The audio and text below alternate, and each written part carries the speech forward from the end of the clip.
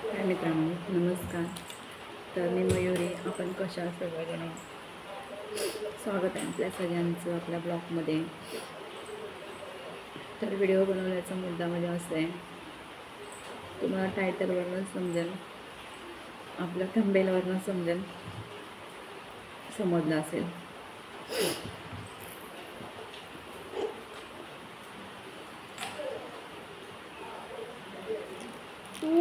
चांगलं काय वाईट काय हे मुलांना शिकवू शकत नाही.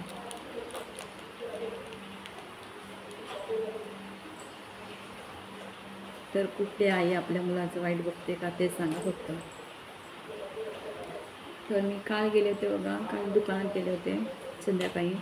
दुकानात गेल्यानंतर मग तिथून आले, दुकानातून रस्त्याने येता येता फोन आला नंदेचा की त्याच्या पप्पाचा बड्डे आहे म्हणून.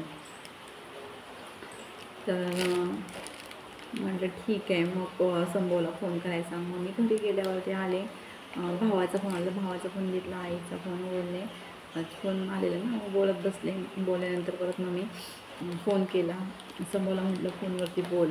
बघा तिथे बस जाण्याचं जा खुर्ची बस. मग मी बोलले संभवला म्हटलं संभव बोल, फोन आहे तर बड्डेच्या शुभेच्छा दे.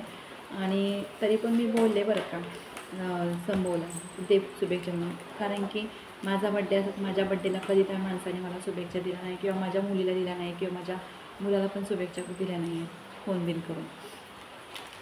तरी आम्ही कुणाचं काय मनावरती घेत नाही आणि कुणाकडून अपेक्षा ठेवत नाही, की आम्हाला सगळ्या गोष्टी माहिती आहे, त्यामुळं आम्ही कुणाचंही अपेक्षा करत नाही. संघर्ष जसं करायचं तसं संघर्ष मी आतापर्यंत करत राहणार पुढे. बरं ठीक आहे, मुलाने फोन केला, मुलाजवळ बोलला. नंतर मग हिच्याजवळ छोटी मुलीजवळ बोलत राहिला. मग फोन घेऊ नको असं तसं ह्याला हिला बोलते. फोन माझी दोन्ही मुलं मोबाईल काय वापरत नाही, एकच मोबाईल आहे आणि माझं लाईव्ह चालू असते, व्हिडिओ चालू असतात. त्यामुळे मी मोबाईल शक्यतो देतच नाही मुलांच्या हातात. कारण की आपलं महागामोलाची वस्तू असते, आपल्याला एक वस्तू मिळताना मुसीबत. तर उद्या काय ते मोबाईलचा डिस्प्ले गेला आणि 4-5 हजार रुपये खर्च करायचे, कुठे आहेत तेवढे. आपण एक तर म्हणतात ना साठव गाठव करायच्या मागावरती. तर मी देतच नसते मोबाईल त्यांना. कारण की त्याचा पप्पा कधी आला तर मोबाईल पोरगा घेतो हातात. कारण की त्यांना टी व्ही बघायला नाही, काय नाही. मुलं दिवसभर घरी असतात, कंटाळतात, ते वाजवतेच. आणि मुलं माझी कुणाच्या घरी पण जात नाही, कुठे जात नाही, येत नाही, फक्त घर असतं आणि टी व्ही नाही घरात बघायला त्यांना, काय नाही. तर कधी त्याचा पप्पा आला तर मोबाईल घेत असतात. तर त्याला वाटतं माझा माझी मुलं माझा मोबाईल घेतच नाहीत, कधी मोबाईल त्याच्या हातात नसतं. तरी पण हिला बोलला तर पिल्लू म्हणते मी नाही वापरत, मम्मा वापरते. म्हणजे 2 वर्षाची मुलगी म्हणते मम्मा. तर मम्माला वापरू दे किंवा काही करू, तू वापरू नको. आणि चांगलं काय आणि वाईट काय गोष्टी ही तुझी मम्मा तुला शिकवणार नाही. किती चुकीचं बोलला व्यक्ती सांगा बघा. संभवचा पप्पा किती चुकीचं बोलला असेल माझ्या मुलीला, की चांगलं काय आणि वाईट काय ह्या गोष्टी तुझी मम्मा तुला शिकवणार नाही. मला आता माझे जेवढे व्हिडिओ माझ्या लेडीज बघत असते, माझे जेंट्स बघत असते, तर तुम्ही एक गोष्ट सांगा, कुठली आई, आपला मुलगा असतो किंवा मुलगी असू दे, कुठली आई आपल्या मुलांना वाईट सांगेल का?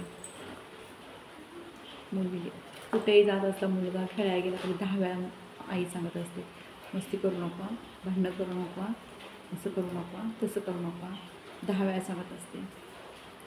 आणि जगात सर्व लोक फायदा घेतील, पण आई कधी फायदा घेते का मुलाचा?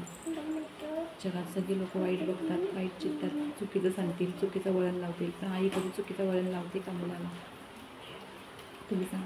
मला काल एवढे त्रास झाले रात्री, मी अक्षरशः माझे लाईव्ह चालू होते, मला सगळ्या कमेंट येत होता, का रडते, काय सांगू. 9ची लाईव्ह, बऱ्याच जणांच्या कमेंट येत होत्या लाईव्ह चालू नाही का, तरी मला समोर यावं लागलं. आणि एक मायेची लोक माझी भरपूर आहेत, माझ्यावरती जीव लावणारे, प्रेम करणारे माझी मायेची लोक जवळची भरपूर आहेत माझ्याजवळ. वाईट लोक तर आहेतच, वाईट लोकांचं ते आहेतच गुण, त्याचं आपण बदलू शकत नाही. पण चांगले लोक आहेत सपोर्ट करणारे मला भरपूर. ती लोक सतत सांगत असत मला, ताई हा टेन्शन घेऊ नका, असं करू नका, आम्ही तुम्हाला सपोर्ट करतो, असं करतो तसं करतो. आणि जेव्हा त्यांचे मायेचे जे शब्द येतात तेव्हा आपलं मन भरून येतं. आणि जेव्हा ते सगळी लोक मला, एक लेडीज आली, तिचं नाव घेऊ शकत नाही मी, ती आली, तिला पण विचारलं, ताईचं हा काय गं झालं, का रडतेस? तेव्हा माझं मन एकदम भरून आलं की कोणतरी आपलं विचारते. तेव्हा माझं पूर्ण मन भरून, आणि सगळे माझे भाऊ, सगळ्या माझ्या बहिणी विचारायला लागल्या, काय झालं काय झालं. माझ्याकडे डोळ्यात पाणी थांबत नव्हतं, म्हणून मी 5 मिनिट लाईव्ह बंद करायचा निर्णय घेतला. 5 मिनिटं लाईव्ह बंद केली.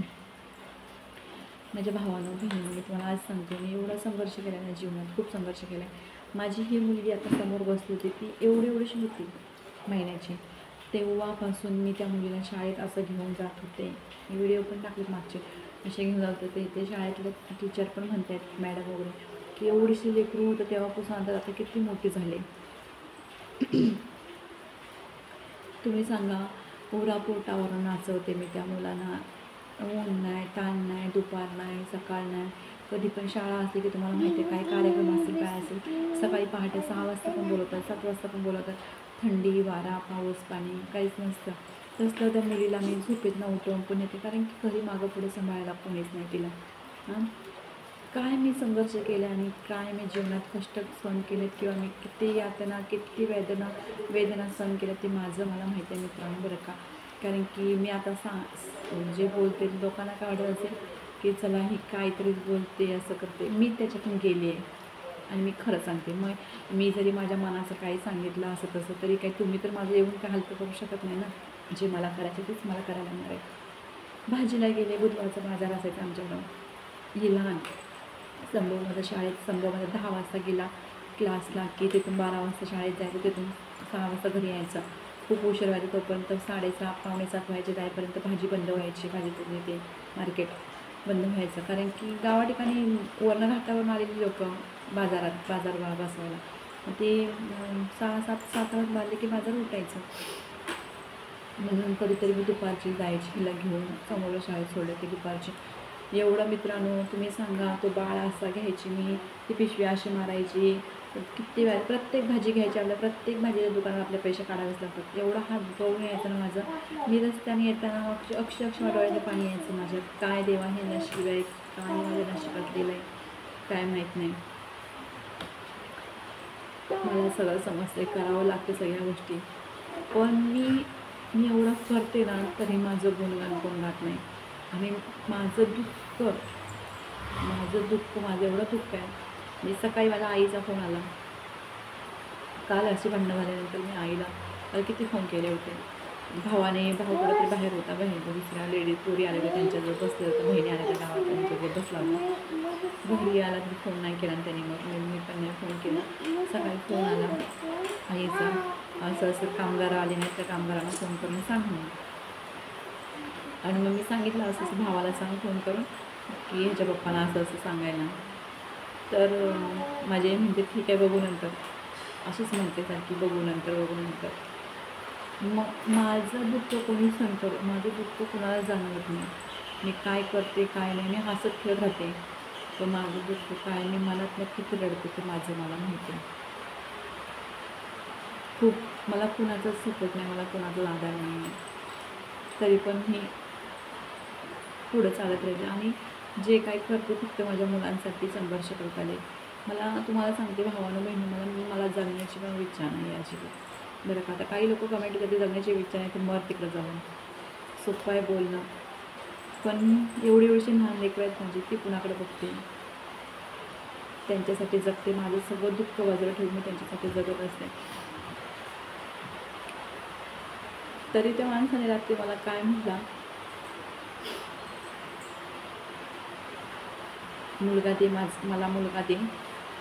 तर म्हटलं मुलगा तुझ्याकडे पण येणार नाही किंवा तुझ्या बहिणीकडे पण जायला तयार नाही, कारण की मुलगा म्हणतो फक्त माझी मम्मा पाहिजे, फक्त माझी मम्मा पाहिजे मला, असं म्हणते. काय करायचं.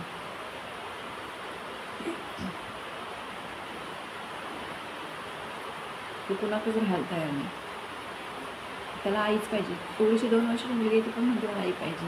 आणि हा माणूस असं म्हणतो की माझी ऐपत नाही हे करणे. दुसरा 3री 4थीलाच मुलगा, 4थी 5वीलाच मुलगा तरी ऐपत नाही, असं नाही तसं नाही, मी राहू दे मग नाही माझ्याकडे येत तर मी काय करू शकत नाही, मी काय करणार नाही, असं नाही, काय काय काय काय बोलायला लागला मला, खूप काय काय बोलला. तरी मी जाऊ दे म्हटलं. माझं मन एवढं रडलं ना की मला एवढं थोडक्यातच सांगायचं मित्रांनो, मी एवढा संघर्ष केलं, मी एवढं सगळं मुलांसाठी करते. तुम्हाला सांगते, आता मी काही सामान घरी भरते किंवा वर्षाचं सामान किंवा काय आपण एखादी वस्तू घाऊक आणतो, मध्ये मी 40-40 किलोच्या गोण्यावरती चढवते, दुसऱ्या मजल्यावर उचलत नाही तरी उचलते, माहिती आहे का तुम्हाला. सिलेंडर भरलेले सिलेंडर चढवते आणि ते वडतताना पायऱ्यांवरनं आणि मग आजारी पडत असते मी, तरी मला पण विचारत नाही बघा. माझी पोरं सांगा फोन करून, मम्मा बरं नाही वाटत, हे नाही, माझ्या हाताला गाठ आहे, माझी ही साईड पण दुखते, मी किती वेळा सांगितलं ही साईड माझी पूर्ण दुखते, थोडे दिवस गेले गोळ्या घेतल्या की बरं वाटतं, परत दुखते, हाताला गाठ आहे, ते पण त्रास करते मला, तरी माझं कोणी लक्ष देत नाही, घालत नाही. मग ज्या दिवशी मरेन ना त्या दिवशी सगळ्यांना माझी किंमत कळेल. ज्या दिवशी मी मरेन ना तेव्हा माझी किंमत आहे, पण तेव्हा रडून रडून काय फायदा माझ्यासाठी. मी जिवंत आहे तोपर्यंत माझ्यासाठी कोणीच नाही आहे. नंतर मी मेल्यानंतर मला रडून आणि ओरडून काय उपयोग आहे का सांगा बरं. मला माहिती आहे मी कुणालाही नकोशी झाली, सगळ्यांना नकोशी झाली, पण माझ्या लेकरांना त्यांची आई पाहिजे, कारण की आईशिवाय लेकरांचं संगोपन कोणीच करू शकत नाही. जेवढं आई जसं कोणाचं चुका माफी करते किंवा काही दुःख सगळं पोटात घेते तसं कोणी घेऊ शकत नाही. आणि मला एवढं बरं नसलं, काही नसतं, उठायला होत्या जाग्यावर, तरी मी सकाळी उठून कोणासाठी खाणंपिणं 5 वाजता उठायचं, 6 वाजता उठायचं, खाणंपिणं करते. का तर कोण देणार त्या लेकरांना, झोपून राहू, कोणाच्या जीवावर झोपून राहू, ते सांगा. कोणतरी मागे पुन्हा एक करायला तर झोपून राहील, बाबा नाही मला बरं वाटलं मी नाही उठू शकत, तर मी कोणतरी जाईल सोडायला मुलाला शाळेत. काय त्याच्या बापाचं म्हणणं की जाईल तो एकटा शाळेत. अरे काय बाहेर दुनिया चालली, हां, उद्या पोरं रस्त्याने गेली व्यवस्थित बरी, भांडण झाली, काय झालं काय नाही, काय होणार. हां, एकचे एक पोरगा आहे माझा, मला त्या मुलांची काळजी. आज शाळेत गेल्या एवढ्या महिन्यावर मी तरी माझा जीव लागला आहे. काय करत असेल माझा मुलगा.